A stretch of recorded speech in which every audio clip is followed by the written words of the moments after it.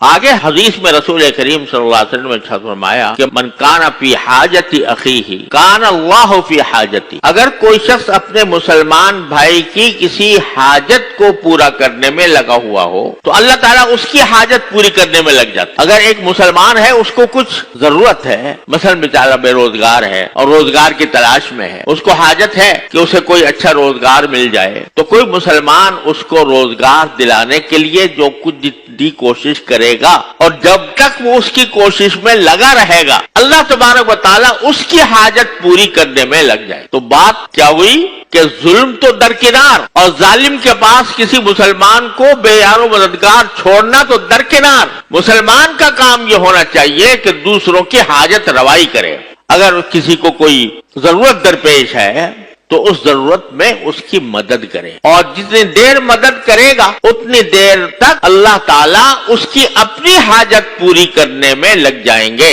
یعنی اس کو بھی تو کچھ نہ کچھ حاجتیں ہیں، تو اللہ تبارک و تعالیٰ اس کے اس عمل کے صلے کے طور پر، انعام کے طور پر اس کی حاجتیں پوری کریں گے۔ اب دیکھو اللہ تبارک و تعالیٰ اس کی حاجت پوری کرنے میں لگ جائیں گے۔ ایک تو دنیاوی حاجتیں ہوتی ہیں، بعض اوقات تو اللہ تعالیٰ یہ دکھا دیتا ہے کہ تم نے فلاں کی مدد کی تھی، فلاں کی حاجت روائی کی تھی، تو اب میں تمہاری دنیاوی حاجت، یہ تمہاری دنیاوی حاجت پوری کر رہا ہوں، کر دیتا اور ہو جاتا۔ ورنہ انسان کی سب سے بڑی حاجت یہ ہے کہ آخرت میں اللہ تبارک و تعالیٰ اس کو عذاب سے بچا کر جنت عطا فرمائے، سب سے بڑی حاجت انسان۔ تو جب کوئی مسلمان کسی دوسرے مسلمان کی حاجت پوری کرنے کے لیے کوئی کام کرتا ہے تو اللہ تبارک و تعالیٰ اس کی حاجت میں لگ جاتے ہیں، یا تو دنیا کے اندر اس کو